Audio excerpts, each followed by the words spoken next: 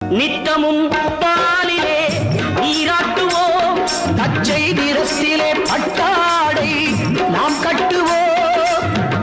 நித்தமும் பாலிலே நீராட்டுவோம், பச்சை நிறத்திலே பட்டாடை நாம் கட்டுவோம். திருநீரின் தத்துவம் தந்தை என்போம், அதில் திகழும் குங்குமத்தை அன்னை என்போம். திருநீரின் தத்துவம் தந்தை என்போம், அதில் திகழும் குங்குமத்தை அன்னை என்போம். சந்தனம் மணக்குது, கற்பூரம் ஜொலிக்குது, கந்தகிரி போகி வந்தார் நன்மையெல்லாம் நடக்குது.